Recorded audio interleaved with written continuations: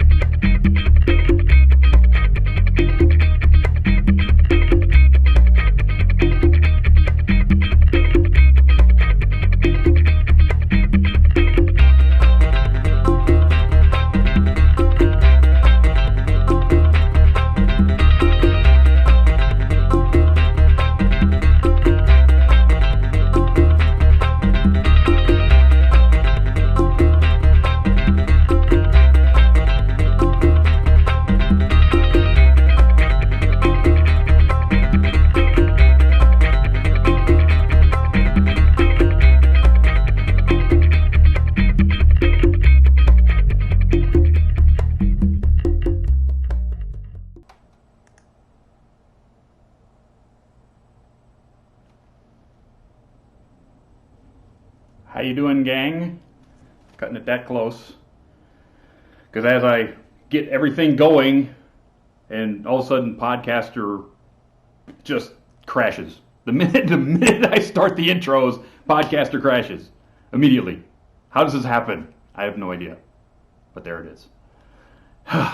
Wow. Cut it, my skin and teeth had come back up.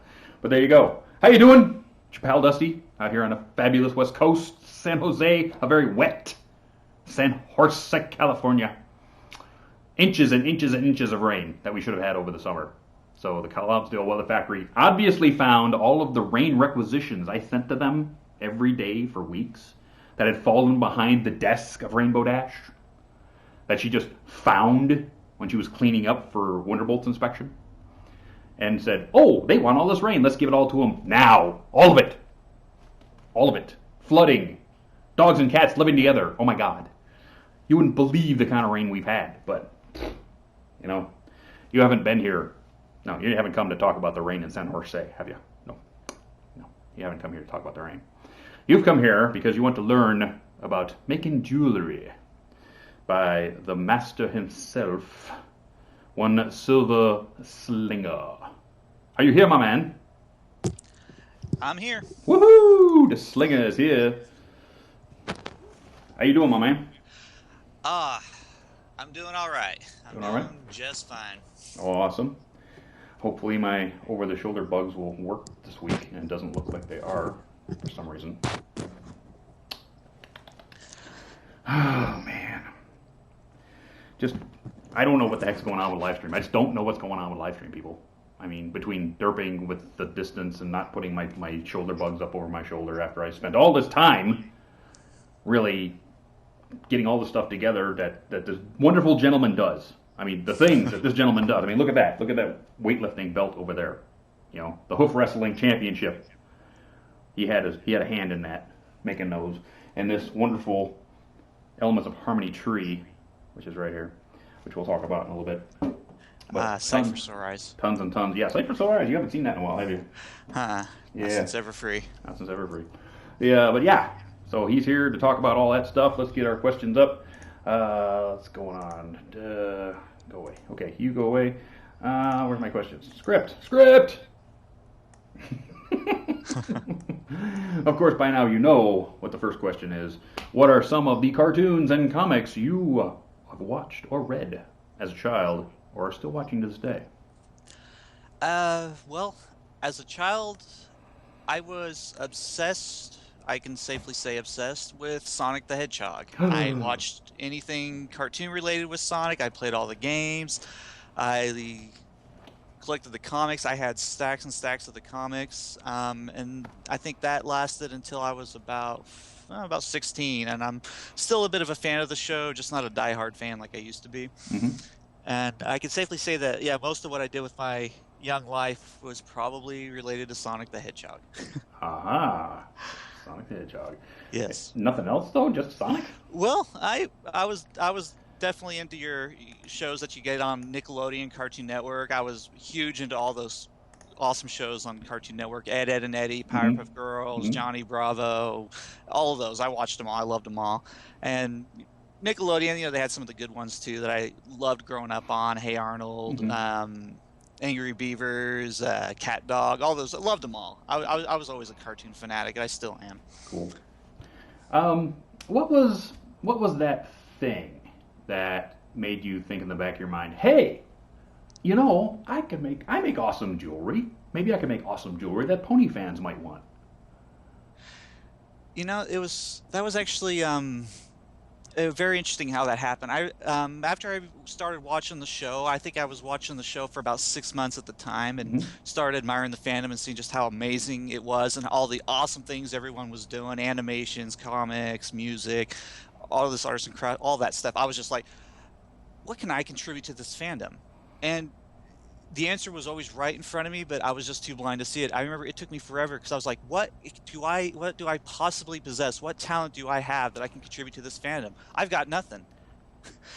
As you're setting diamonds in a ring at work, you're going, I have nothing to contribute to this whole society. Yeah, hammering domes out of silver. What can I do? I don't have any marketable skill that, you know. And then it just hit me. I was like, wait a minute. Wait a minute. This kind of looks like Celestia's cutie mark. Yeah, ding! Exactly. Yeah. Like, I know what I can do. So the thing that brought you to my attention was, of course, the Rings of Harmony, which were made for the con that shall not be named, and then moved toward dog tags and pendants, and now you make some of the most breathtaking pieces of artwork that this fandom sees. All artists get this one. Where do the ideas flow from?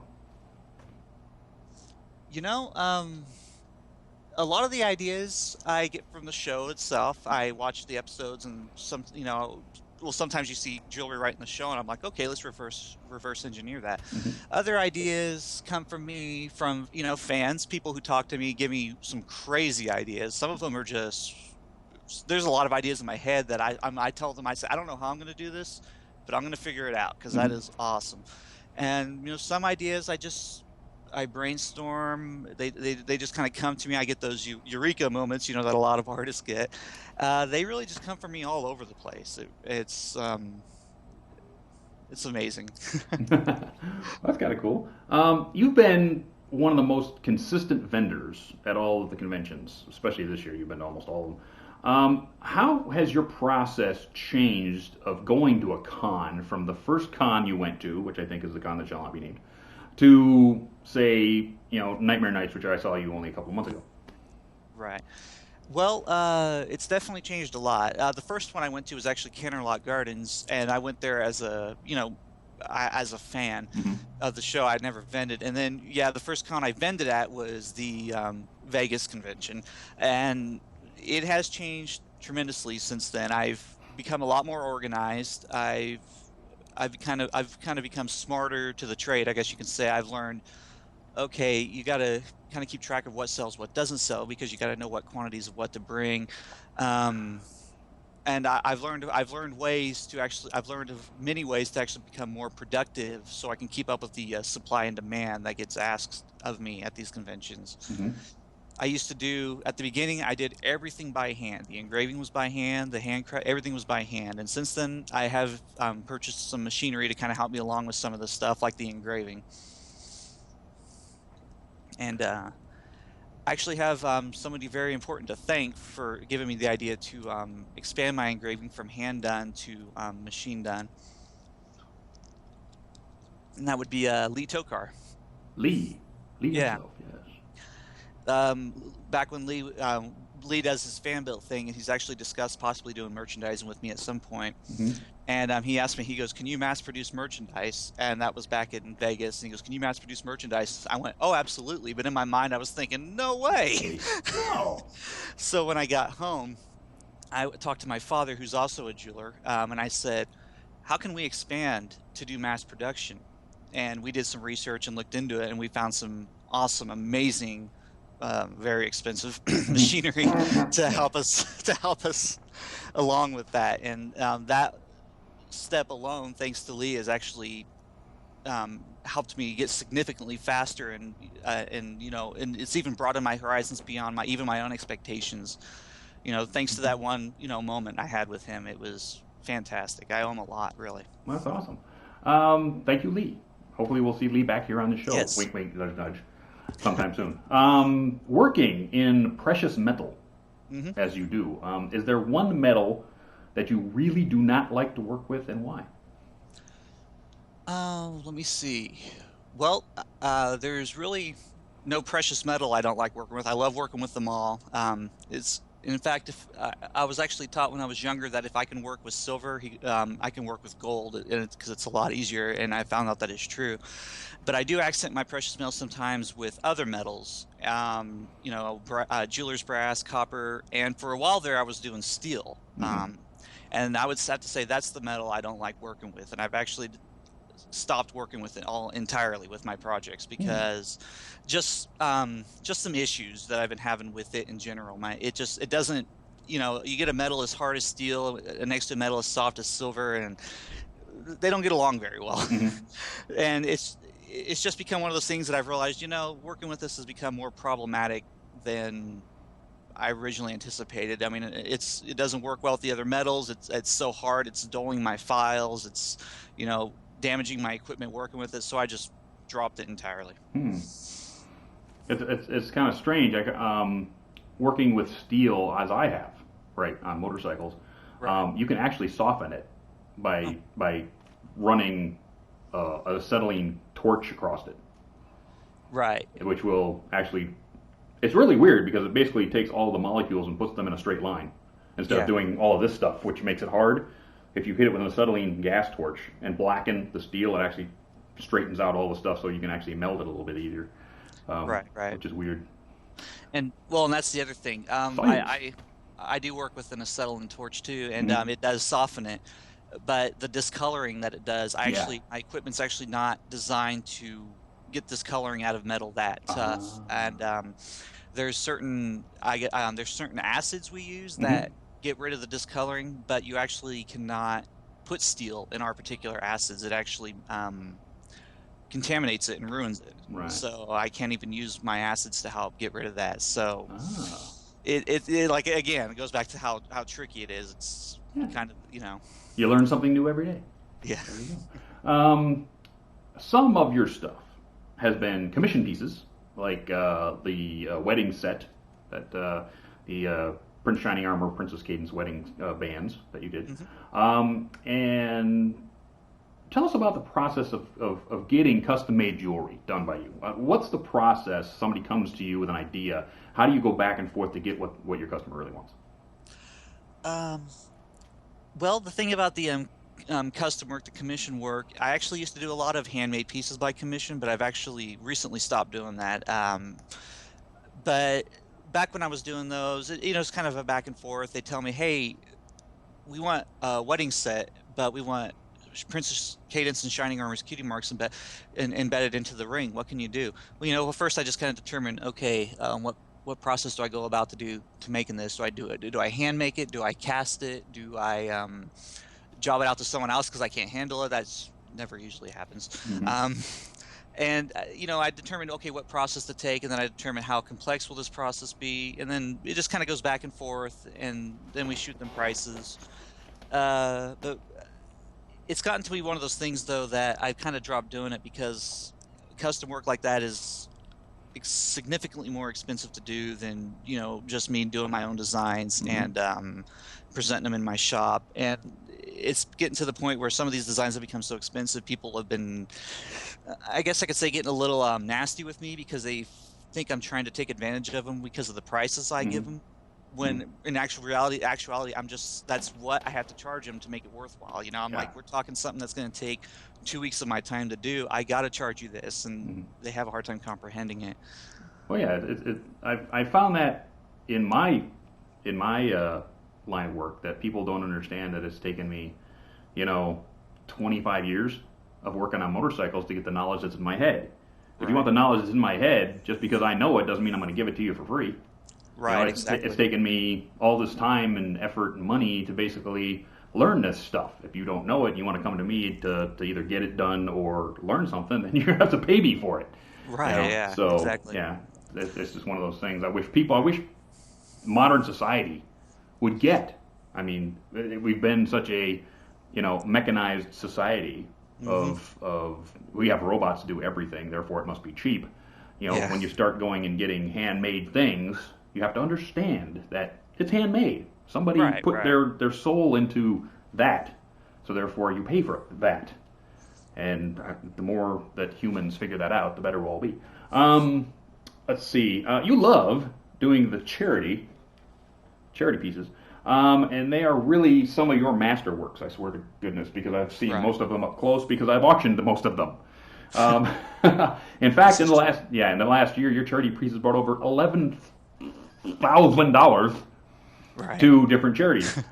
Is it sometimes hard, really, to come up with a new idea for a charity piece, seeing if you've done so many of them so far?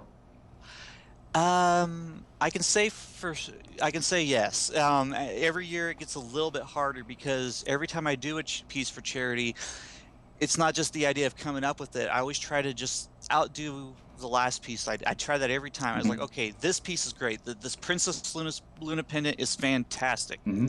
How can I do something better than that? How am I gonna top this? How am I gonna do better? And it's one of those things where every time it just gets a little bit harder and I'm thinking about next year and thinking about everything I want to do, and I'm thinking, oh my gosh, can I pull this off? But I got some ideas though. You can do it. I know you. Oh yeah, thank you.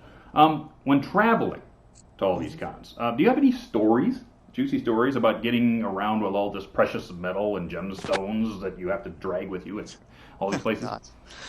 Oh man, every time I go to a convention, I live in the middle of nowhere, so I have to fly to pretty much all of them, and I always put all of my jewelry in my carry-on. I always have it with me the whole time, and sure enough, every time I go through airport security, they have me open that bag up and tear it apart because there's just too much for their x-ray to take out at once. So yeah, I'm always having to put all this jewelry out and in front of everyone, and and everyone's just eyeing it and gawking at it. I'm like, yeah, shiny things, isn't that neat? A lot of them. Don't touch, please. Just look. So yeah, every time I go through there, I gotta, and that little tiny carry-on's heavy too. And I remember one time I was getting on the plane and I was trying to get that thing in the overhead bin, and I about lost my balance and almost lost it. And one of the flight attendants actually helped me catch it, and she was like, "My goodness, what in the world is in here?" And I said, "Jewelry, and lots of it." And she was like, "Really?" And I said, "Really?" I said, "Yeah." I said, "Very specifically themed jewelry." I said, "Unless you happen to be a fan of a particular show, you might not be interested in any of it." But yeah, that's what's in there. That's crazy. What is your favorite thing about MLP FM, and who is your favorite character?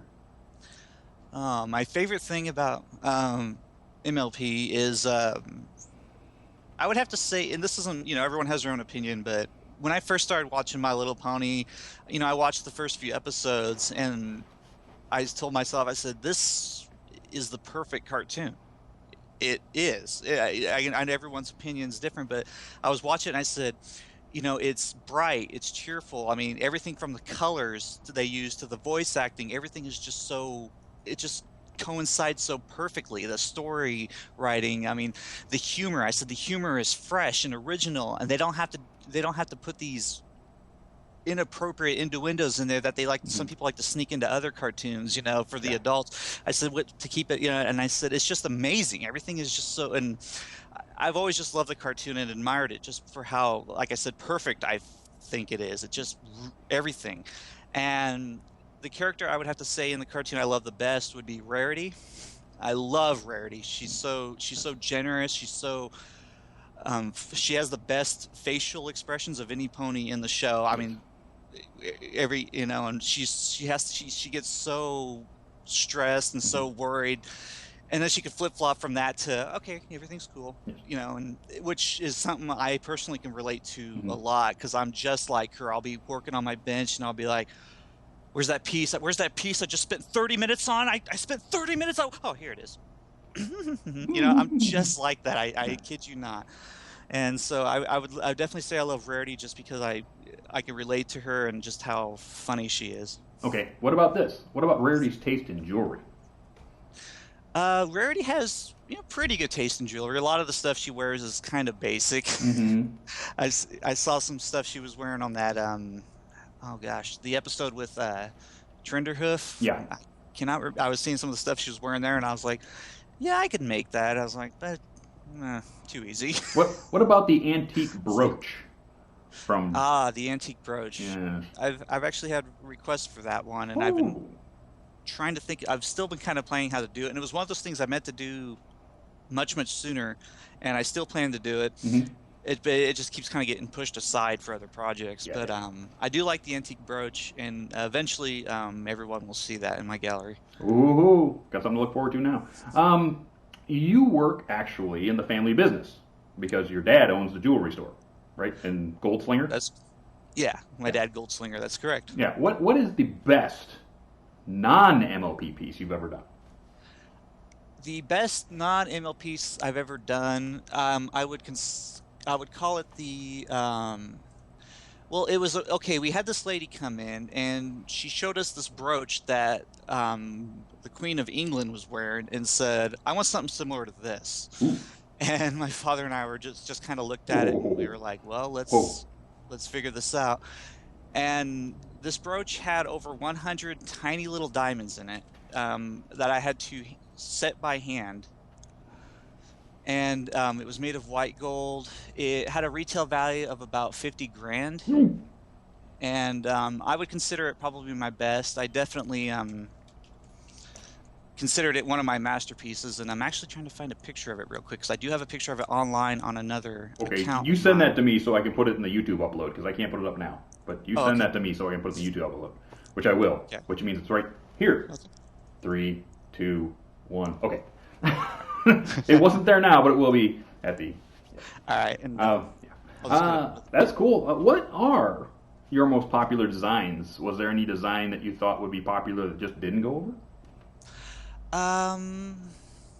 Well, one of my most popular designs was one of my first one. I called it Nightmare Moon is Watching. It's the it's actually the symbol you see on Nightmare Nights, the Nightmare Moon symbol. That was actually one of my very first pieces. The third piece I actually made, in fact, about 2.5 years ago when I started all this, and it's still a hot seller to this day. I've still got people buying it to this day, and I've probably made that piece over and over again about 50 times. Wow. The Keys of Harmony, everyone loves them. I still sell quite a few of those every now and then. Very popular design. Cutie mark pennants, people love them also. And there were a few though that were flops. The symbol, the Mare in the not Mare in the Moon. I'm sorry. Mare-Duel, yeah, Mysterious Mare-Duel. The symbol she wore on her outfit, I made that into a sterling silver pendant, and I was like, "This will do well. This will do just fine," and never sold it.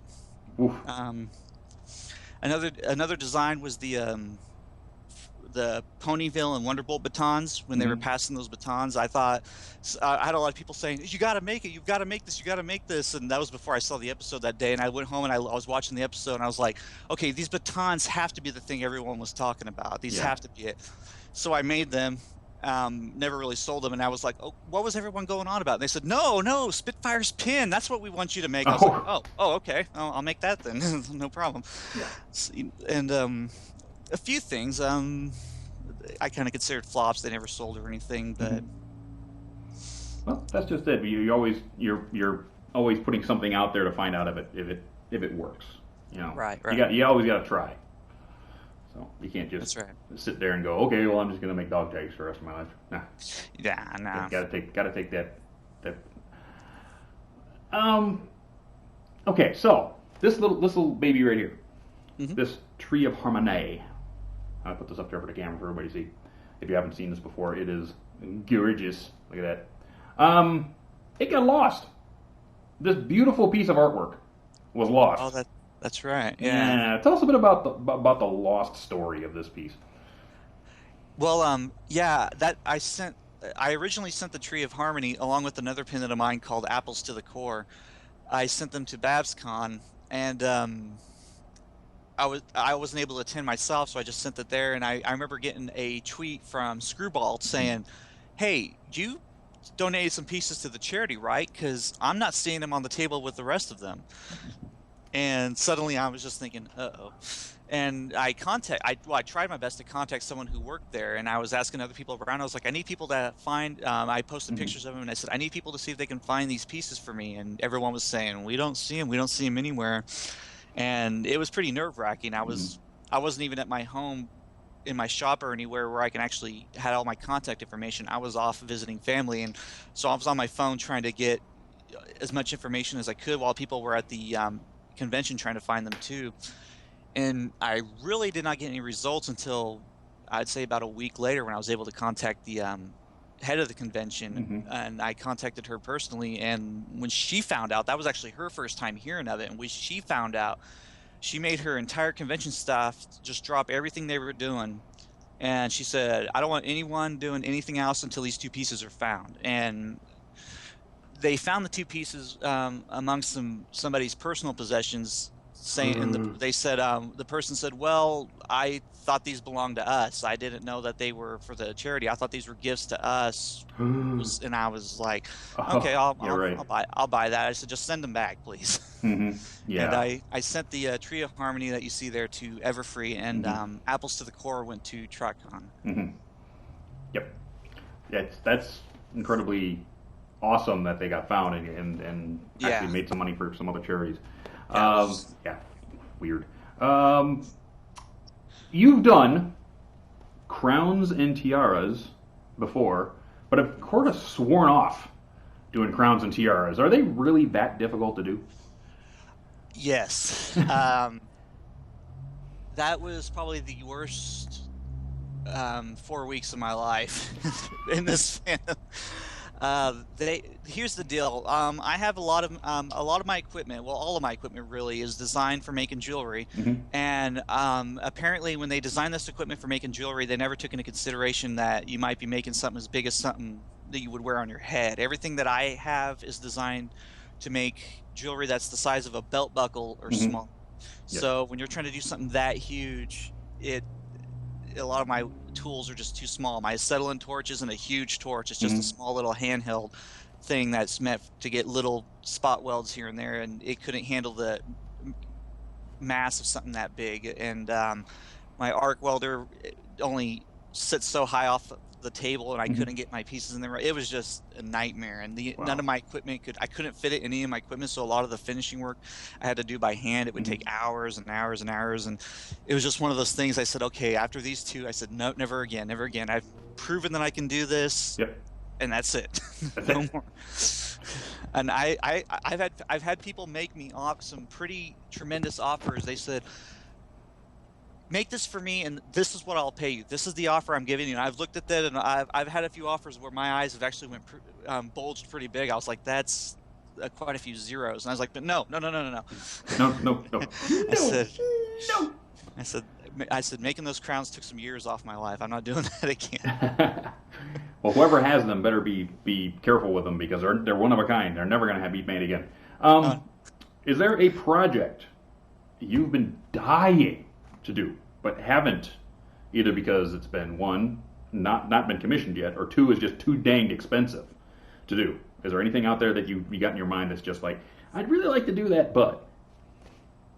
Well, a lot of part of my job for my father is a big part of it would be stone setting. I do a lot of stone setting for him, and if you see a lot of the pieces in my pony gallery, you'll notice I don't really have too many gemstones in some of them, and I would love to start incorporating more gems into my designs. And one design I would love to do would be something made of solid gold and just encrusted with gemstones. So yeah, we're talking something very expensive, but just something big and blingy that's just says, oh my, big and blingy. Yes. This makes a statement. I mean, somebody wears it at a convention, you can see it across the vending hall. Like, what is that? What is that? What is he wearing? It's blinding me, kind of thing, you know. Just something big and flashy. I'd love to do something big and flashy. But yeah, like you say, price would be an issue. But it's still definitely something I want to do at some point. Sort of like Pinkie's wrap bling. You know, she get the big chain with the bling and the grills. You should do like teeth grills with MLP across the front. And diamonds. There you go. Done. Yeah, and things like that. It's actually funny you mention that. I've actually had a request to do grills and What? like that, and I've had some crazy requests, but some of those things I actually kind of steer away from because now you're talking. If you don't follow it, if you don't do it a certain way, you risk health violations. Yeah, you don't want to mess with that. Right. So I've just kind of said, no, I'm not going to do that. Nah, nothing like that. Let's see. I think that's about it. We're going to go to commercial right now. So I don't know if this is over my head, but I'm going to take that down. So go to commercial, and when we come back, we're going to talk conventions, and then we're going to talk charity work. And then we'll get Screwball in the call so that all you people out there in TV land can ask this man all you want to know about how to make jewelry. All right? So stick around. We'll be right back.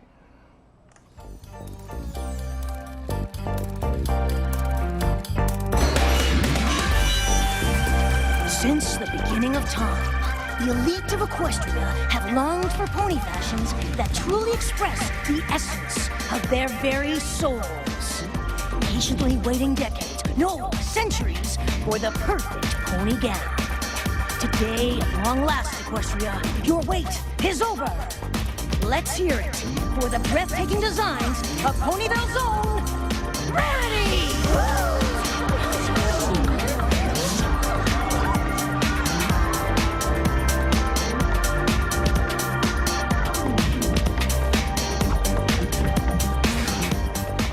Certainement, Spike. All your ponies, be sure to visit the shop in Ponyville. For the rest of us, be sure to pick up the t-shirts, the bags, or even the posters from WheelOfFine.com. That's right, WheelOfFine.com for all your pony needs. And remember, Carousel Boutique, where every fashion says chic, unique, and magnifique. Mwah. That's right, ponies. Down there at Carousel Boutique. You might not think that the winter has a fashion season, but it does. It does. I saw the precious gem encrusted snow galoshes myself down there just last week. So you need to go talk to Rarity about winter fashion. And maybe Silver Slinger will make you a pair of those galoshes. Maybe he will. But everybody else go to WheelOfFine.com because they got shirts like this. And they got shirts like this, which are awesome. And I actually got this one replaced by my local Hot Topic, who just happened to have a 2X in stock. And when I told them what happened about the shirt, the story that I had last show, they said, just bring it in, we'll take care of you. My local Hot Topic people are awesome. Thank you very much, gang. So we got this all replaced. It's beautiful now. See that? Love it. But let's go forward a little bit. Let me get my script up, and we'll talk about upcoming convention season. The first convention of the year is PonyCon 2015 in Brooklyn, New York. That's February 14th to 16th, and they have a wonderful supply guest. Ingrid Nilsson and Daniel Ingram, Vincent Tong, and Andrea Libman are all going to be there from the show. They also have, as well, Animated James, who just released a freaking hilarious video, if you haven't seen that one. So, if you're under 18, watch the swearing, but it's hilarious. Denny Butt, who's another awesome artist in our fandom. Draw Ponies will be there, and Syra 360 will also be there. They are having a holiday party, so if you want to get in early and have some fun, December 27th is going to be a holiday party there in Brooklyn. Go to PonyCon 2015, that's 2015.com/black and white bash to get all the details for that one. Next up is BabsCon, April 3rd to 5th, 2015. Many more guests have been announced. We got John Delancey, Kathy Westluck, Tara Strong, Ian and Claire Corlett, and Brian and Brenna Drummond. Tony Fleece and Heather Breckel will also be there from the comic side. Now, do you realize this, people, that not only is Ian Corlett going to be there, but so is Brian Drummond. Do you know who they played? Take a sweet guess. I know Jax Blade would know this. Vegeta and Goku will both be at BabsCon. They could explode the whole place for all we know. So you got to show up to that one. So they're going to be there. And then we got, Everfree Northwest, May 29th to 31st. That's 2015. Guests, John Delancey again, But Nicole Oliver and Tabitha St. Germain will also be there. So Discord, Celestia, and Luna will all be in the Pacific Northwest that weekend. The results of the art contest have been announced, so check out everfreenw.com for all of the results for the art contest. So if you have a convention going on and you want to update, send it to dusty@manlyforming.com, and I will talk all about your charity during that slot. Thank you very much. Convention, that is. Charity. I was reading forward. Charity is coming up. So we had SPCA of San Francisco, which is for all the animals. And because of the season, and there's a whole lot of things going on, shopping, all kinds of stuff, we were a little behind on our charity work for this one. So we're going to just extend it another 2 weeks. So Silver is okay with that. Silver's all about the animals. So Silver is going to be throwing his on top of Tommy, and so it's SPCA of San Francisco for all the animals up in this area that need some help. We have horses and rabbits and cats and dogs, and everybody needs help during holidays. So we're going to go ahead and make that go forward. So all of the stuff that we talked about last time is still up for grabs. So we still have the Nurse Red Heart that you can only get at the Walgreens, right? And I've got all of the Twilight Secret Fic cards special from BronyCon and a couple of other conventions right there in that pack. You're going to get my card along with this stuff. You're going to have a box of My Smarties. Thank you, Margin Line. We're going to have the My Little Pony Friendship is a Magic comic. This is issue number 12, Cook, Price, and Breckle, and this is the Wild Stallion Within. This is the first half of the Prince Shining Armor and Cadence, and it's got the really cool cover of him with the Monsters Manual and this dice bag, that's the wonderful thing. And now, all of that stuff. And a couple other things I'll throw in because I got a box full of stuff, so it's going to be awesome. Now, if we hit crack 500, we talked about, we're also going to throw in, the signed copy of a script page from Charlotte Fullerton right there. And this one is from When Push Comes to Shove, which is the working title of Putting Your Hoof Down. And this is outlined by Charlotte Fulton, and that was January 27th of 2011. So that is a long time ago, signed by Charlotte this year. For you. Also, this wonderful, huge Hasbro toy bag shop thing, also signed by Charlotte. That's also up if we hit 500 bucks. But not only that, I got it on good authority from one Mr. Slinger that he's going to throw something in. Sling, talk about it. Well, I thought to help the charity, I made an entire set of the Keys of Harmony, all 6 of them. All 6 of the Keys of Harmony. So you got one for every day of the week, and you just wear Rainbow Dash twice on Sunday. There you go. There you go. Or rarities. Yeah, right. Who'd want to wear that one? But anyway, all 6 Keys of Harmony from the Slinger Man. They're already done. He's not even. But you know what? He's not going to send them to me. He's not going to send them to me unless we crack 500 bits. Not going to do it. So we need to go over to manlysbrony.com, click the link, give a couple of bucks, and let's get that thing over 500 bills, and then we'll get all of this stuff is in play. So we got one more show this year, and let's make it really good. We're going to crack 50 grand this year, so let's just get it really up there. Thank you very much, everybody who's given us a couple of bits that's out there, especially people like Streza and all those guys who are just like, come out of the woodwork at the last minute. Love you guys. Thank you very much. So that is going to be charity.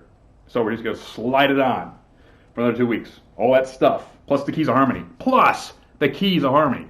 I mean, come on. The entire set. Not just 1, not just 2, not just 4. All 6. There's very few people who own the entire set, and everyone else, and the people who do own them had to have bought each and every one of them at full price. That's the only other way. Hey, Sling, I'm going to put you on the spot here. Okay. Have you seen Pixel Kitty's Tea for Trixie? I have, yeah. Isn't that kind of cool? It is cool, yeah. Is that hard to make? That one would be a little trickier to do by hand. The only thing that was keeping me from doing it was I did not want to, I didn't want to step in on her. Step on her toes? I didn't want to step on her toes. That was her design. She came up with it herself, and I was like, I better not touch that one. How about this? How about if I can get you permission Would you take a crack at it? Yeah. How about this? If I can get permission to get you to take a crack at it, and you can get it done, how about we throw that in? Sounds good to me. Done. Okay, so I'm going to talk to Pixel. We're going to get the okay for it. If we can get the okay, Slinger's going to make the Key of Trixie, the only one ever to be made by the Slinger. How's that? Mm-hmm. Sounds good. Sounds good. Okay, I'll talk to Pixel this week. So with that, go over to manlysbrony.com, click on the link, give us a couple of bits, and you might actually get the only key that Slinger's going to make for Trixie. So we'll see if we can get that done. And with that, that is charity work. And thank you very much. In another 2 weeks, we'll just get it all taken care of. The end of the year is coming up soon, coming up fast. Yes, it is. So it's now time. It's now time to find the Screwball. Where do you think Screwy's hiding today? Is he behind the tree over there? Is he behind the lights over there? Is he underneath the table over here? Where is he? Everywhere. Everywhere. The Screwball is everywhere. It's like savoir-faire. He's everywhere. He is. How you doing, Screwball? I'm doing pretty good. It's awesome, my friend. Foggy and crazy at the moment, actually. Foggy and crazy. Yeah, there's been quote-unquote rolling blackouts. What? Yeah. The only thing that I'm actually the only reason why I'm currently online is because I have an amazing power adapter that keeps me online. So, wow. So if I do end up cutting out, I'll let you know when the lights go out. I'm like, yeah, I only could be on here for about maybe 20 more minutes. Okay, so we should get moving then. So bring us some questions. I got a lot, actually. Do it. Oh my god. Wow, a lot of questions. List. Yes. I'll bring this one from Spike Farmane. Hey. Hi, yeah, Spike. you know who he is. Oh yeah. He says, we made a great team coming up with the Hoof Wrestling Championship belt for BabsCon. Would you be interested in collaborating again in the future? Oh heck yeah! In fact, I had this idea in my head the other day because I'm also working on a collaboration with another artist and crafter, and I was thinking, why don't we all get together and do one big collaboration with some wood carving from Farmane, some metalwork from me, just why not all of us get together and just do one huge amazing project for something? You know how awesome that would be? Oh wow. I think that would just be fantastic. Fantabulous. So that's actually something I was going to discuss with a lot of crafters next year, maybe for BabsCon or Everfree or one of those conventions. Mm-hmm. I think that would be, But yes, my answer is definitely yes. I would definitely be interested in working with Farmane again. Awesome. And he says, count me in. Awesome. Sweet. So this one is from Christmas Tree, spelled with a K. Genius. So the question is, what was your favorite piece of jewelry you've made this year? Since we're almost at the end of the year. Wow, yeah. Oh gosh, it's kind of like saying, "Who's your favorite child?" Let's easily Billy. This year, I gotta admit that is a tricky one. It's really hard for me to choose one, but I'll tell you mine. Mine was easily the apples to the core one. Oh, the apples to the core. And I wanted that one so bad. I am very happy with that. That was one of those pieces after I saw the episode. Later that night, I was just lying in my bed thinking, and I was like, hey! It just kind of just came to my mind out of nowhere, and I was like, I got to work on that all day tomorrow. I'm going to just drop everything else I'm doing and do this one piece. Because this is awesome. This is going to be so cool. Amazing. It was amazing, too. Yeah. So, okay, I guess we'll say the apples to the core. That is definitely one of my favorite ones from this year. Awesome. Sorry. I'm also paying attention to the RC. There's so much people chatting. So this one is from Merrick Ishtar. Question is to everyone. This is a toughie. Are there any animated shows you dislike? Ooh. Dun, dun, dun. I hate to say this because a very good friend of mine worked on it, but I could not stand the Dilbert cartoon. I just couldn't. It was out for maybe about 6 episodes, but it was horrible. I have to think hard on this one. Yeah, too. I I guess like airing now or just overall? Overall. Okay. One cartoon I guess I never liked growing up was Ren and Stimpy. A lot of people liked it. I know, but it was one of those things when I watched it when I was younger. I was just like, this is not for me. Strange. I could never watch. It was a love or hate. People loved it or hated it. And as you got older, you started understanding. My father loved it. My father was like, "Oh right," and I was like, "And I'm gonna go do something else now." You know? So I would. I really don't know. I don't watch enough cartoons out as much. Like, I don't know. I really don't know. Yeah, I got nothing. It's too hard of a question for me, honestly. I'm just gonna move on to the next one because I got nothing. Actually, this one's from Trailblaze. Okay, Silver, if you had a hard time with the favorite jewelry of the year, how about from Trailblaze? What's your most favorite jewelry ever made? Ooh. Ever made? Yeah, that's not harder at all. I guess I'll just stick to pony themed jewelry because if I think of other stuff, that goes explodes. Yeah, that goes way back. One piece that I've always really liked, I guess since I first made it, would probably be the Mare and the Moon ring. That piece has just always just been one of my designs. I look back even today and I was like, man, when I made that back then, that was just something beyond what I was capable of at the moment. And I look at it now and I was just like, that's just so cool. I would definitely have to say the Mare and the Moon ring. That thing's elegant, dude. It's just elegant. It's a nice piece of work. Thank you. Next. Sorry, there's so much reading. This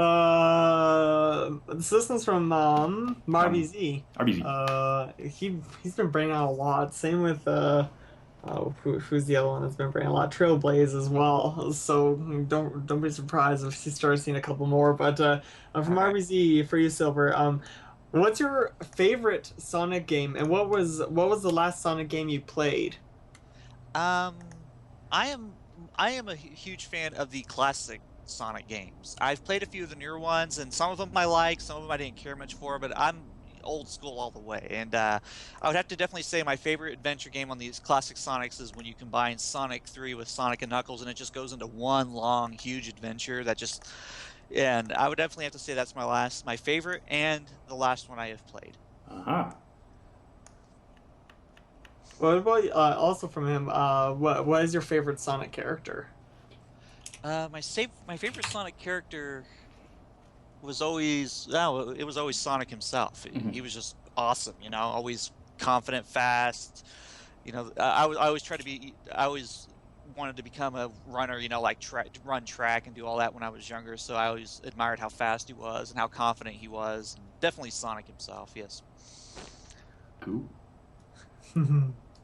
I never actually really played much of the Sonic games besides the very first, and I sucked at it unbelievably. The first one was actually a little harder than that because there's some moves he doesn't have in the first. But so this, let's see, yeah. Where did I put you? Oh, here we go. So this one's from Flare Cobra. Silver, has there ever been a piece that just did not want to come together the way you wanted? Oh yeah, there were a few. There were many pieces that I wanted to bring together that never saw the light of day. One of which was the bracelet Saddle Rager wore on the Power Pony episode. The bracelet she wore, had a brilliant idea, almost had it finished, and the end product just wasn't what I had hoped. And there were others that never even made it that far. And it's always kind of heartbreaking when you get an idea in your head that you just love and you try to make it happen and it just doesn't happen. It just doesn't work. It's very unfortunate. But yes, that has happened on many occasions where I've had a design that just did not work. Sounds tough, actually. It is. Yeah. Oh my goodness. And I still have all of your successful ones. Yeah, like, goodness, I don't even know how many I have. I really don't. But I still have the Alcor one I got from Vegas. Nice. It's right here. I think last time I counted, you had about 14 of my designs. Oh wow. Doesn't feel like it actually.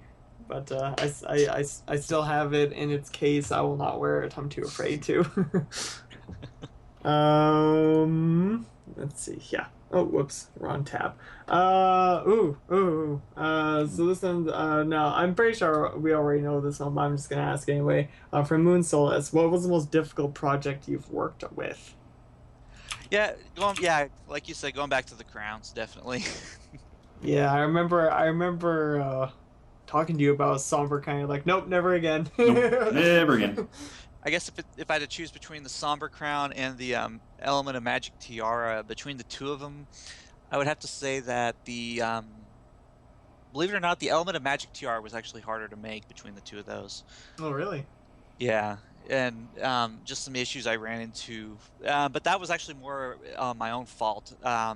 Poor planning, I guess you could say. Like I had the Somber Crown planned out from step 1 to the final step, and step 200, I guess. And the Magic Tiara, I was just like, oh, let's just dive right into this, and so many issues and stuff because I did not have it planned out. So the Element of Magic Tiara would be the hardest I've ever done.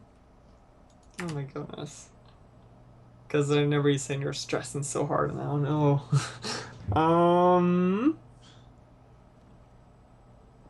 Oh, here we go. So this is from Dirty Can 1991 for Silver. Thank you so much for the Fun Time Curative Tonic Flask. It still stays in mint condition on my bedroom shelf. My question is, if I made an art piece on a metal keychain, would you sign it for charity at BronyCon? Yeah, I'd be happy to. That is awesome. Oh, phone. Stop it. No. What? Wow. My phone just echoed across the whole thing. I just heard it. Yeah. Holy cow. Yeah, you just boomed in my ear. Sorry about that. That's work. It's like Screwball, what are you keeping in your room? Is what I want to know. All sorts of things. Yeah. We do not speak of such tragic. We don't speak of such things. Next. So this is let's see here. Ooh, okay, so now this one has been constantly brought up. I'm sure, Dusty, you can definitely talk about this. Okay. This one's from MarBZ. Question for you and Dusty. You guys decided, have you guys decided where you're going to move the show to now that EFN is shutting down? We have, and I'm going to hold that information until the last show of the year, which is in 2 weeks. Yep. So we have made a decision, but we have to cross the T's, dot the I's, and basically come up with the procedure of doing the show, because we've done it now the way we do it for 2 years, maybe more. So I have a system down as to how I do the show. Now I have to come up with a new system. So basically it's going to be about a month of practice to make sure that when we come, live on January 12th, which will be the first show away from Everfree Network, that there's no telling that it's different. There's no telling, there's no tripping. We're professionals around here. We're going to make it right. So I do know where we're going, and we're going to keep that till next show, and you will know soon. Yep. And yeah, I know a lot of people have been constantly asking what's going to happen with Steve and my friends. Trust me, we're not shutting down. We're not going anywhere. Good. Not going anywhere. Okay, the show is too good to Screwball, too good to me, and too good to you guys. So we're going to continue doing what we do, and as long as you guys keep coming and being entertained, we will keep entertaining you. So we will find a place and a way to do it. So it's trust me, nerve-wracking. it is a little nerve-wracking. It was a little nerve-wracking when the announcement was made, but I knew what was coming a couple of days beforehand. So it's not like it was thrown at us. The guys at Everfree Network did contact me and said, we're probably going to do this, so start thinking about it. So it wasn't a total surprise, but it was enough of a surprise. So trust me, we are going to make it happen. We will be here for you. Don't you worry about it. Next. Awesome. This one. Ooh. So this one is from Pink Pearl Apple. This one's for you, Silver. Is the dazzling necklace you made before going to be coming back? Oh yeah, the dazzling necklace. I usually put it in my put it in my shop every week. You know, the interesting thing about my Etsy shop that a lot of people don't realize is I have it up there as if all that stuff's available. Technically, that's not true. When the order gets placed for something handmade, it gets made within the next 2 to 3, 4 days after I make it. Having said that, that means that I only can put about one piece of each design in my shop. Otherwise, I will get overworked because. So unfortunately, I can't keep up. The dazzling necklace is currently one of my most popular pieces, and I'm having a hard time keeping up with the demand because every time I do put it in my shop, it's usually gone within like the next 24 hours. That's why it seems like it's never in there. But yeah, I update my Etsy shop every Saturday at 8:30 p.m. Central Time. And if you want to grab that one, my recommendation would be to be there at 7:59. Exactly. Yes. But yeah, it gets put in my shop once a week. It just sells fast. Yeah. Next. So this one. Oh, yeah, I like this. So this is from Hoolicious Silver. Have you expanded into body jewelry, ton rings, etc.? Some body jewelry, again, it's that whole health issue thing, you know, things that go in your mouth. I don't want to do because, like I said, health reasons. Other body jewelry, I've actually had some requests to make certain types of other body jewelry, some that have kind of maybe red in the face. And I tell them, I was like, you know, I've actually never made anything like that, but maybe. I don't know. But it's not something I'm probably going to sell, like, prominently. It's usually just something, if somebody asks me to make it on request, I'll give it some thought and do it and go from there. But it's never really crossed my mind to actually make it a thing that I would sell at my table. That actually kind of reminds me, because I know you probably get this 100,000 times over, but do you ever make commissions for people? I used to do commissions I used to have 2 different commission categories, handcrafted pieces and engraved work. For the last year, though, about a year ago, I've actually shut down my handcrafted commissions permanently, and the reason behind that was just because I was getting overwhelmed. I looked at and I realized that my workload was way too much for me to handle, and I said, okay, something's got to go. And that just seemed like the one choice that made the most sense was handcrafted. I didn't want to, but it was either that or never sleep again type of thing. Who needs sleep? It's overrated. Yeah, sleep overrated. But I still do engraved commissions. That work I can do. Awesome. Let's see here. Ooh. So this one is from Justice. I had to prepare myself, and I wasn't prepared. Resident superhero, stay burning, my friends, who I've heard has actually been hired by Santa Claus himself to keep soggy milk out of his business. Yeah, because Santa can't go around the country with cookies and soggy milk. Yeah.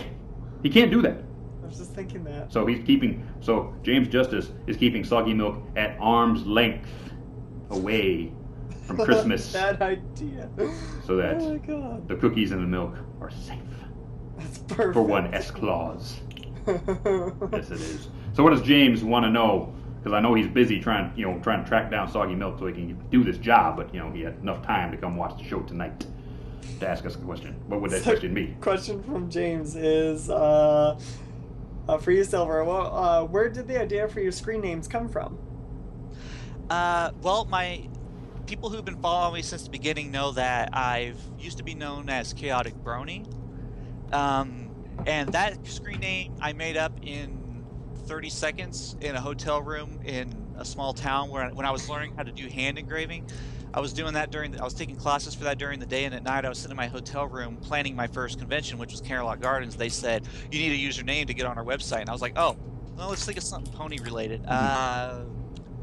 Okay, I just saw the episode with Discord in it, and so, okay, chaos. I'm thinking chaos, chaotic. Okay, something pony, chaotic pony, chaotic brony. Yeah, that'll work. And I just stuck with it. And then about a year ago, I was thinking, well, I don't know. I've never really been too fond of the name. A lot of people loved it. I kind of liked it, but I was never too fond of it. And I was like, you know, I think I'm just gonna. I made my OC a while ago. I gave him the name Silver Slinger, and I got Silver Slinger because, like I said, my father has always gone by Gold Slinger. He's been known as Gold Slinger as long as I can remember. And I said, well, I'm his son. I'm the second one. I'll be Silver Slinger. And I gave that name to my OC, and then I decided, you know what, I'm going to steal his name and give it to myself. I'm going to call myself Silver Slinger from now on. And Perfect. that's where that came from. Brilliant. And people always ask me, I get asked this a lot. They said, so, is your son or daughter going to be called Bronze Slinger? And I went, and I always tell them, I say, no. My son or daughter will be known as Platinum Slinger because they will outshine me and my father. Oh, that's so awesome! I love that. Perfect. Nice. Yes. I love that. That just gave me, like, my heart just stopped. That was so awesome. Next. This one's also from James. I have to bring this one up. Where are you guys hoping for Christmas/Hearthswarming Eve? I don't hope for anything. I've got everything I ever need. Trust me. The people in my life are awesome. They support me, you know, and really getting things on top of it is nice, but, you know, things aren't everything. You know, they aren't.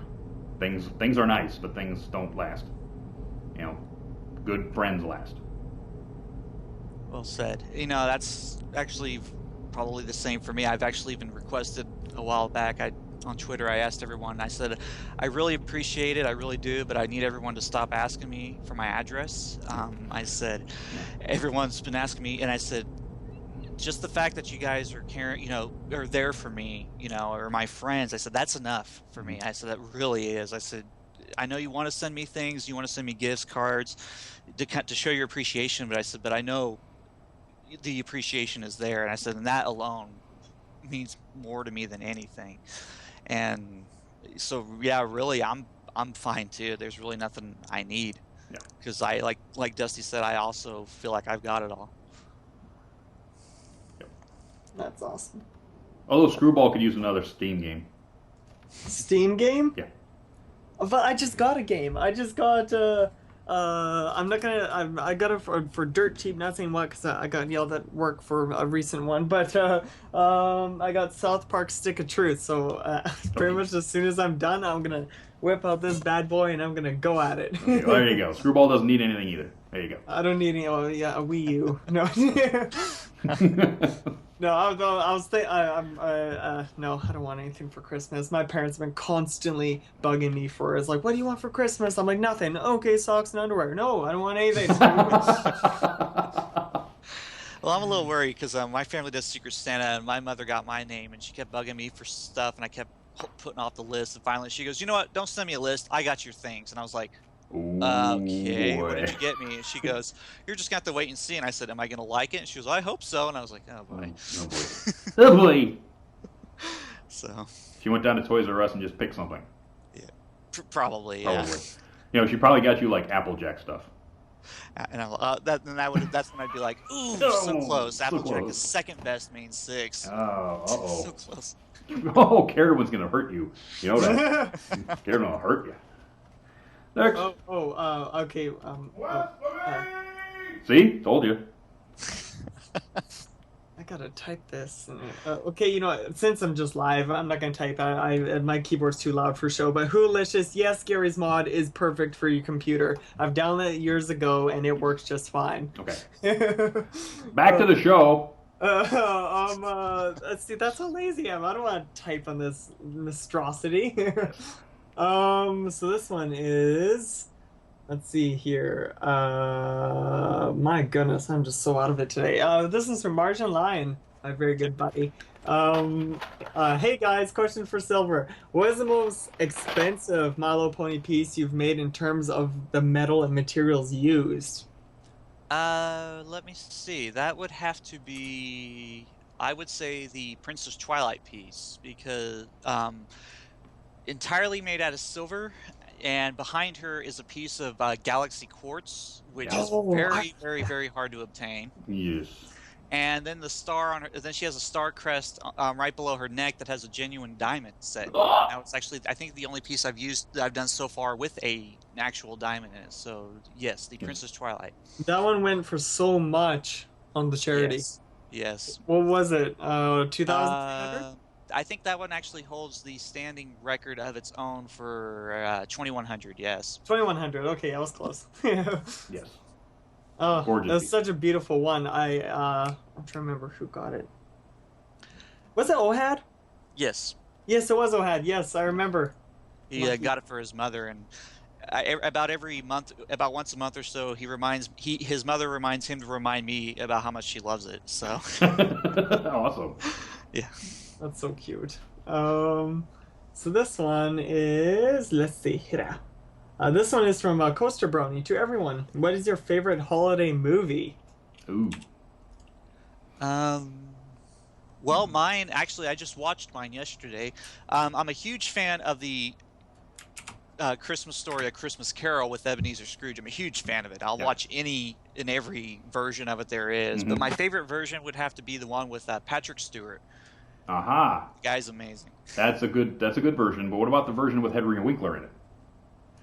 That one's not bad. That one's not bad. That one's not bad at all. Now, then there's the one with Jim Carrey's not bad either. That animated version is Animated really version. Yeah. There's so many versions of that movie.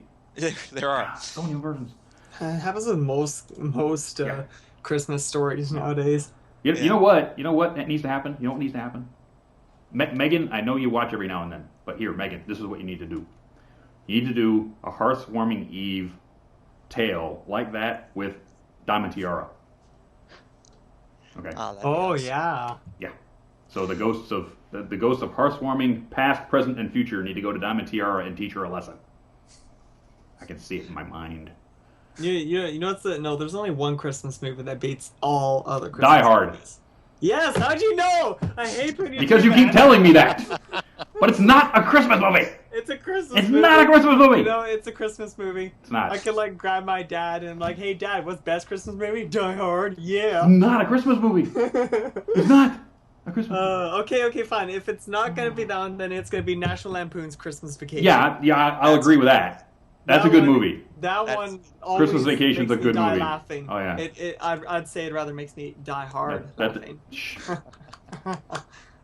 Second favorite right there. I see that one every year. Christmas Vacation, at least 4 or 5 times a year. Yeah, but you know what? Charlie Brown Christmas started it all. So, well, actually, no, they didn't start it all. I think the first one was actually the Rudolph Rankin Bass, which just has 50th anniversary. It did This year. Yep. Yeah, that's right. And then I think Charlie Brown came after that, which was 65. I have to look up. But yeah, and so Charlie Brown Christmas is probably my favorite, just because it's the thing you look forward to every year as a kid. When I was a kid, right? Because I was born in '68. We watched it all the way through every year. Every year it was on. So loved it. Still love it. Nice. Actually, I have a bit of a surprise project coming up, which has something to do with the Charlie Brown Christmas special, which I will drop right now, right here. So I won't tell you any more about it, but it's a special secret project. Stay tuned. I don't even know what it is. Nope. You He don't. keeps it that secret. Yes. So coming soon. Next. I like secrets though; they're fun. So this one's from Cool Breeze, and also known as Caper Brown. 2 questions, one for Dusty, and then the other for all 3 of you.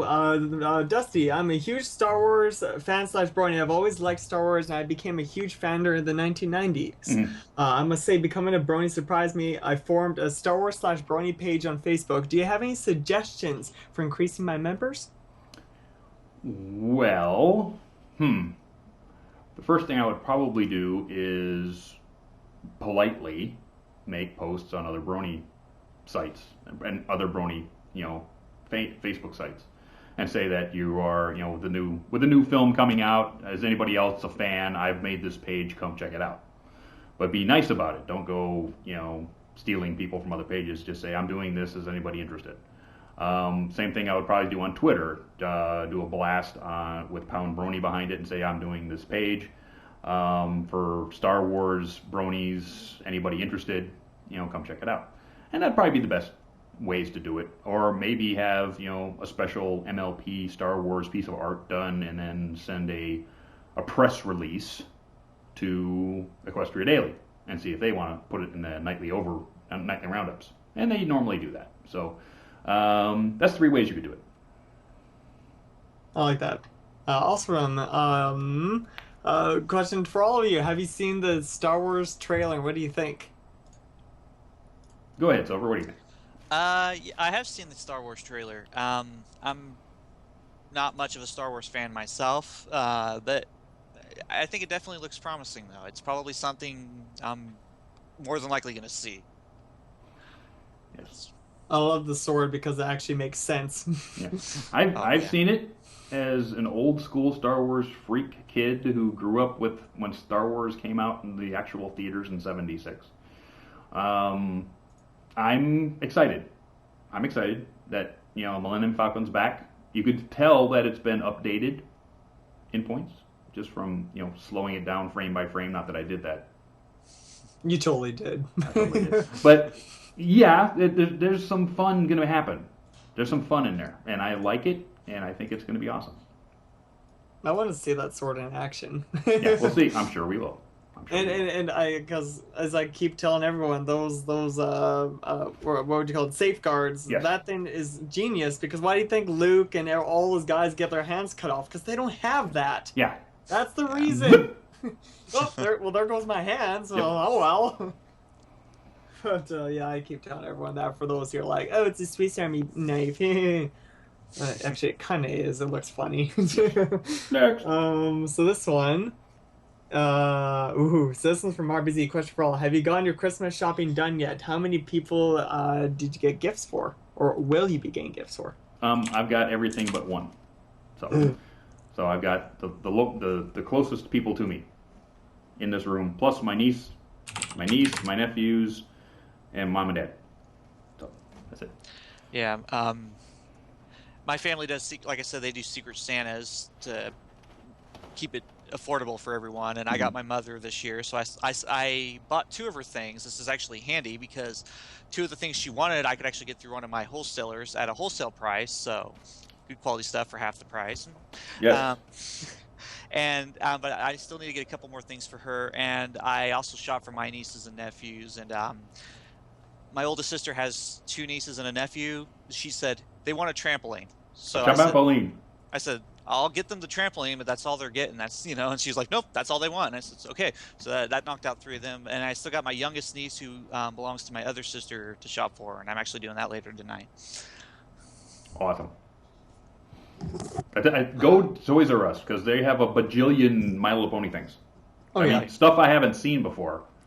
And there's another princess baby doll there. I don't even remember the name, but it's like crazy amounts of stuff. Yeah, it's actually funny you mentioned that, because my mother actually sent me a text one time with a picture, and she goes, they have this at Sam's Club. It is a Twilight Sparkle. It's like a little hug toy that I guess warms, lights up, and she's like, you can get this for your youngest niece. And I replied to her and I said, that thing isn't even close to show accurate. I would never forgive myself if I bought that for her. Oh, you know what? I'm going to bring this up right now. You know the little charm bracelet ring things that they announced like a month ago that had the Cutie Mark Crusaders cutie marks on them? Yeah. Yeah? And then they came back and they had another picture where the cutie marks were gone. They were at Toys R Us. And I looked on the back on the packaging and the cutie marks are still there on the packaging. Oh. Wow. Yeah. Interesting. It gets deeper and deeper. So, next. That really does. So this one's from Hoolicious Silver. Have you considered teaching classes in engraving? Oh, there you go. Do it. The issue with that, well, there's 2 issues with me teaching anything. The first issue, and I know about 2 or 3 people who can vouch for me, is I'm a terrible teacher. I'm very, very bad at teaching other people things in general. And second of all would be time. The issue would be time. Like we mentioned, I work for my father during the day. That's a 40 hours a week job right there. And then all the pony jewelry I do is at night. And that depending on if it's convention season or not, that can be another 20 to 40 hours a week. So I spend about 60 to 80 hours a week working on making jewelry. So I'd never have any time to teach others. Mm-hmm. And he loves making jewelry. He obviously loves making jewelry, or he wouldn't do it for 80 hours a week. Yeah. What's that? My father, I actually even asked my father one time, I said, I'm spending sometimes anywhere from 60 to 80 hours a week just designing jewelry. I said, do I have a problem? And my dad said, when I was your age, I spent 90 to 100 hours a week doing nothing but jewelry. He said, you're right on par. I was like, okay. Nice. You know what, guys? You know what? I think Princess Twilight has opened the portal, because I'm now getting the signal from Joe Stevens in Equestria at the desk in Ponyville. I got him. Okay, we're going straight to the desk in Ponyville with Joe Stevens. EQI is now.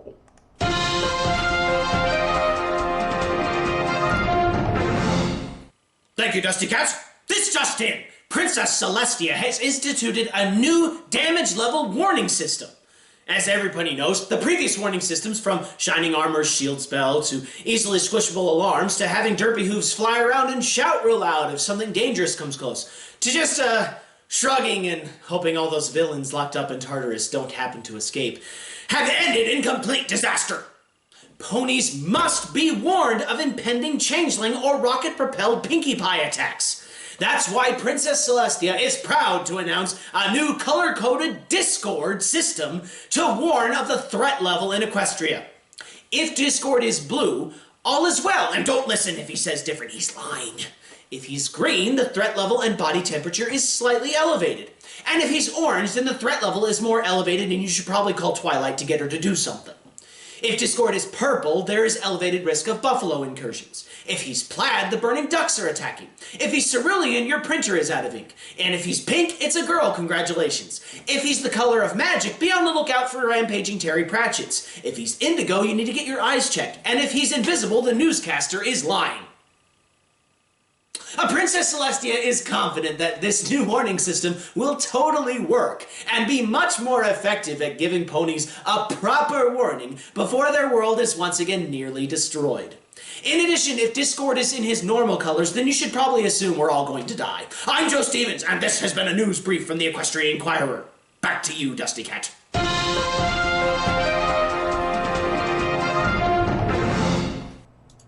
And another amazing story from Joe Stevens at the desk in Ponyville. Can you imagine that, Screwball? The colors of Discord is what's going on in Equestria, and whether or not you need to grab your ankles and kiss your butt goodbye. What does that remind me of? It reminds me of those like rings you wear. DEF CON 1, 2, 3, 4, and 5, obviously. Right? But now we have blue, green, orange, purple, and plaid. So, yes. So that's what we get. So if Discord is actually orange, we got problems. If he's plaid, don't worry about it. But yes, another scintillating piece of news from Joe Stevens at the desk in Equestria. And we're back with the Silver Slinger. We have a little bit of time left, so let's get into those last questions, my man. Definitely. This is a question for all now. Now, I don't know if you guys been reading Flufflepuff's comics, but he asked everyone from Trailblaze, what do y'all think of Big Sis? Now, I don't know how to say her name. Markserline?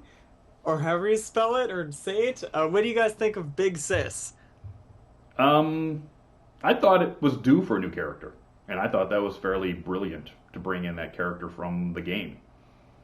Right? Because Flufflepuff has had a thing for this game for, the entire series. And all of a sudden... All hail Dead Space. Yeah, the Dead Space game. So I thought it was actually freaking brilliant that he went in that direction. So I'm all for it. Well... I actually have not been very active in the pony fandom for the last about 4 to 6 weeks because I've been prepping merchandise and working late for my father, to prepare for the holiday season. Yes. So I've been pretty inactive lately in the fandom, but I definitely got some catching up to do, and I do plan to do it when I get my break next month. Maybe you should totally do some sort of jewelry of Markserline, or however you say the name, Big Sis, because me and Fluffles have been connecting really well together because we love Dead Space, and when he brought that out, I was just like, whoa, this character is so freaky, so disturbing, but so lovable. Like, I don't know, but every time she smiles, for some odd reason, like, you know, the very toothy, evil grin, it just, is it bad that I find it the most adorable thing ever? It is. It's bad, and you should feel bad. You know what? I can't feel bad about that. I love her too much. Next. So this one is from Marvy Z. I was taking so many questions, so I don't know if this was asked or not yet, but Marvy Z for Silver Slinger, how long have you been making jewelry? Well, I have been making jewelry since I was 12 years old. I'm 26 right now. And I've been making sellable jewelry since I was 16 or 17. Nice. So, quite a while. Has your dad taught you basically everything you know now? My father taught me the very basics. He taught me how to solder, how to use a jeweler's saw, how to file. And I taught myself the rest, pretty much. That's Prodigy. Cool. There you go. Prodigy. Mm-hmm. And like I said earlier, there were a few things I went to school about. Hand engraving, which is something you just can't teach yourself unless someone else shows you first. And I did go to another jeweler, an old dog, who taught me a few tricks that I never would have learned, or my father never knew either. But my father actually sent me to him for another reason. He sent me to him to say, "Oh, you're just going to learn some things. Mm-hmm. You know, you're going to learn some things." But what he actually sent me to him for was to gain confidence, because my father, when I was around the age of 20 years old or so, I was really close to throwing in the towel and just giving up, because I really felt like I'm not getting better at this. I am not getting better at this at all. But my father could see progress there that I just could not see. And he kept telling me every day, "No, you are getting better. You are getting," but I just didn't believe him, because I was like, "Well, you're my father. Of course you're just going to." So he actually sent me to this other jeweler to teach me some tricks, and to show him that I was getting better, so he could tell me himself, "You're like, oh, I'm a neutral party, and I say you're getting better, and you are." And so he actually went and did that to give me confidence. And so, but yeah, most of it I learned on my own. Cool. Sorry, I got off on a tangent. That's okay. You're the guest. You can talk for however long you want. Next. Oh, so this one's actually from I love bringing this one. My good friend Jamie. Question for Dusty: are you having holiday live streams like last year during Christmas Eve or New Year's? We might. We haven't decided yet. If we do, it'll be on the Manliest Brony live stream channel. So we haven't decided exactly what we're going to do yet. It'll be one or the other. I'm sure we'll do one or the other. We've only got like a week coming up to Christmas. We won't see you guys on this show until after Christmas. So if we do one, I will announce it on my Twitter, on my Facebook, and on a couple other places. So if we're going to do it, you'll know. Jeez, 10 days away. Mm-hmm. Wow. Oh, no, that means it's a nightmare for us at retail. Yes, it is. Then comes, okay, now I don't know, this is basically just a Canadian thing, but Boxing Day is like Black Friday for the Americans. We have the day after Christmas where it's like we have to get rid of everything off of the shelves that were Christmas stuff. So let's just make everything dirt cheap and throw your money at us. Wow. Amazing. Yeah, it's awful. 12-hour shift is going on for that day, so that's gonna be fun.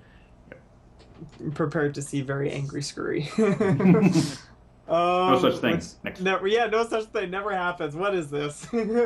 So this is from Bonk. For all you guys, what conventions are you guys probably gonna try going to? All of them. I'll probably go with the majors: BronyCon, Everfree Northwest, Equestria LA, which I was sad to see go. So if that comes back, for sure, I will go for sure. BabsCon, that's the main four, and then whatever else happens to happen. So hopefully something else does happen. So I'm given enough time off from work to do 4 conventions a year, and yeah, right now on my mind I'm thinking of doing the 4 major ones. Also BabsCon, Everfree, BronyCon, and EQLA if they are successful in coming back. Those are the 4 I'm looking at right now. But the thing with me though is I can change my mind on a dime. I mean, I can say one thing one day and something completely different the next, so it's not confirmed. The only ones I would say are absolutely confirmed right now would probably be BronyCon and Everfree. Yeah.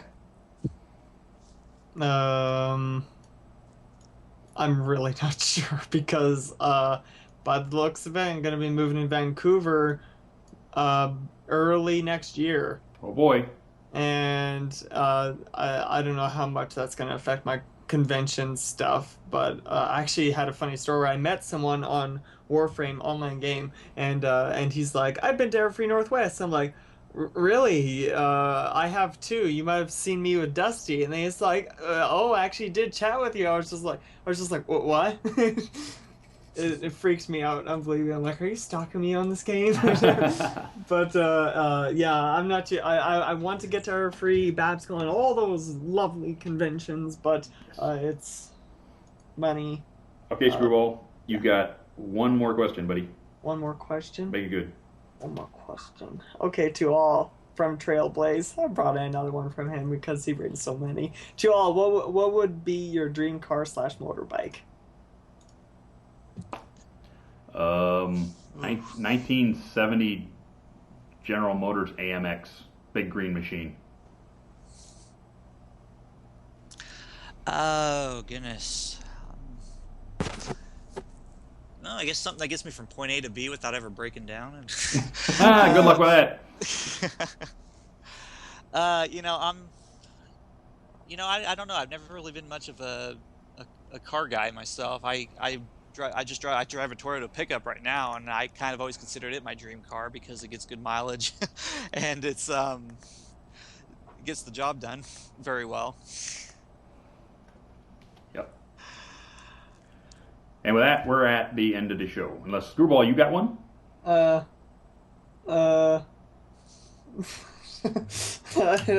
really don't know. I want the one that flies. Yeah, the one that flies. Jet. The one that flies. Private jet. Yeah, private That's jet. what There you I want. go. Private jet. I'd take a private jet too. That'd be nice. Private jet. So with that, we are pretty much at the end of the program. And so I want to remind you guys that we have a T-shirt over here, which will be over my hand on the YouTube actual re-edit. It's not here right now because live stream is being a putz. So yeah, our T-shirt. Go over to redbubble.com, Everfree Network, and we'll change that when we go somewhere else to find our T-shirt. So support us by buying T-shirt. We'd love to have you guys wearing that at conventions. If you have an idea for a T-shirt, let me know, and we'll come up with the next one. I might even have a contest. Will it deal with Sombra? I don't know, but we might have a contest for a T-shirt design. Who knows? We're going to a new channel, so maybe we'll do that. I'll talk to Screwball about it. Maybe we'll do that. I would like to thank Silver for taking time out of his 80 hours of making jewelry a week. Oh, my pleasure. To come and talking with us. Screwball for everything he does. Amy, my wonderful girlfriend, who was here all weekend with me this weekend. Lance Bubala upstairs. Nathan, who's off at work right now. Cowboy Dave for doing everything he's done for me. EFN for doing everything they've done for us over the last couple of years before the end. And everyone working at MLP FIM and you out there who come every time we turn on a camera and make dang fools out of ourselves. Every time. With that, guess who the next guest is, Scrooby? I cheated again. Did you cheat? Yeah, let's see. So, how do I hit this fun? Let's see, it involves card games. It involves certain card games, doesn't it? It's not Yu-Gi-Oh! Because I know one of my buddies is like, is it children's card games? But no, it involves shipping. It involves shipping. And not your boats. Who is it, Dusty? Might it be Pixel Prism and the Twilight Sparkle Secret Chip Thick Folder Game Crew? We'll all be here next show in 2 weeks to talk about the game, to talk about why they came up with this game and how much stinking fun it is to play. Because it is an awesome game to play. So they will be with us. And with that, I want all of you people out there, wherever you are, to have a wonderful holiday season, whether it's Christmas, Hanukkah, Kwanzaa, or Hearthwarming Eve, whatever you do, to just have a wonderful time with you, yours, and your loved ones. And with that, we may see you at Christmas, we may see you at New Year's, but if anything, we'll see you on the 29th with these people down here. So peace out, be excellent to each other, and we love you. Good night. Night.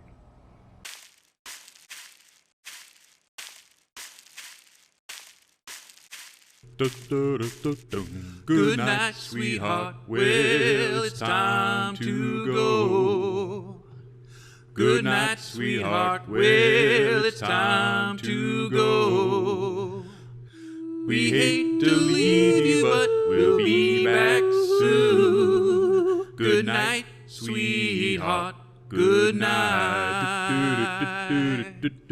Good night, sweetheart. Good night.